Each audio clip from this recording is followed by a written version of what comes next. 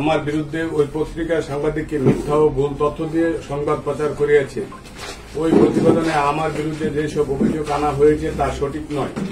তাছাড়া সংবাদে আমার পারিবারিক বিষয়ে বিভিন্ন তথ্য দিয়ে মানহানি করা হয়েছে।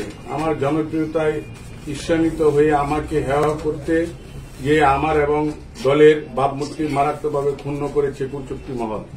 আমি গত 15 বছর দুসময়ে দলের বিভিন্ন পর্যায়ে নেতাকর্মীদেরকে মামলা হামলার বিষয়ে বিভিন্নভাবে সহযোগিতা করেছি এবং এখনো করে আসছি।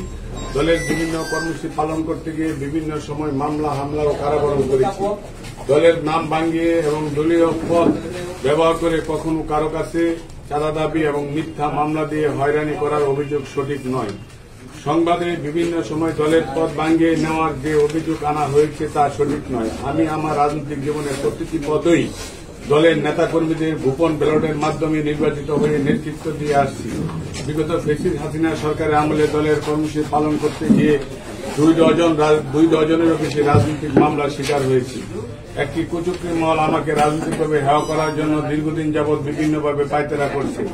যারা সামাজিক যোগাযোগ মাধ্যমে ফেসবুকে আমাকে নিয়ে বিভিন্ন রকম অপপ্রচার চালাচ্ছে, ওইসব নেতাকর্মীদের মধ্যে প্রায় 1 ডজন নামধারী দলীয় নেতা শৃঙ্খলা পরিপন্থী কাজে জড়িত থাকার অপরাধে দল থেকে বহিষ্কৃত হয়েছে। আমার বিরুদ্ধে সামাজিক যোগাযোগ মাধ্যমে সহ বিভিন্ন মাধ্যমে যারা মিথ্যা অপপ্রচারে লিপ্ত রয়েছে তাদের বিরুদ্ধে দলীয় সাংগঠনিক ব্যবস্থা গ্রহণ করার জন্য আমার দলীয় ঊর্ধ্বতন নেতৃবৃন্দের বরাবর জোর দাবি জানাচ্ছি।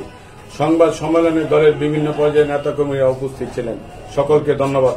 আসসালামু আলাইকুম। এখানে ছোট একটা প্রশ্ন, যে এখানে আপনি যে কথাটা বলেছেন যে আপনি মামলা করেছেন হোয়াটসঅ্যাপে দিয়ে, এরকম কোন কিছু আপনাদেরকে বলতে পেরেছি কিনা, দেখাই পেরেছি? যে কথাটা বলা হয়েছে যে বিভিন্ন হোয়াটসঅ্যাপে আমি ড্রাফট দিয়েছি, আমি আপনাদের মাধ্যমে জানতে চাই যদি এরকম কোন প্রমাণ দেখাতে পারে আমি অবশ্যই সেটাতে যে আজকে সেটা আমি মেনে নিব এবং এটা এটি প্রমাণিত হয় সে আমার বিরুদ্ধে একটি ষড়যন্ত্রভাবে একটা বিষয় লক্ষ্য করছেন কিনা, সংবাদে একটা জায়গায় লেখা হয়েছে আপনি রাজনীতির শুরু থেকে জাতীয় পার্টি এবং পরবর্তীতে ছাত্রলীগের রাজনীতির সাথে সম্পৃক্ত ছিলেন, এই বিষয়টা কিভাবে দেখছেন? এই যে জিনিসটা আপনারা প্রশ্ন করেছেন এটা একটা মিথ্যা এবং আমি শুরু থেকে ছাত্র দলের রাজনীতিকে সম্পৃক্ত এরকম প্রমাণ তো দূরের কথা কোনো কিছুই দিক না, উদ্ভব এবং বিভ্রান্তকর কথা দিয়ে এই সংবাদ পরিবেশন করেছি। কারণ আপনারা জানেন যে আমি এ দলের ছাত্রদল থেকে সরাসরি বিএনপি রাজনীতিতে সম্পৃক্ত হয়ে ইউনিয়ন বিএনপি সাধারণ সম্পাদক নির্বাচিত হয়েছি।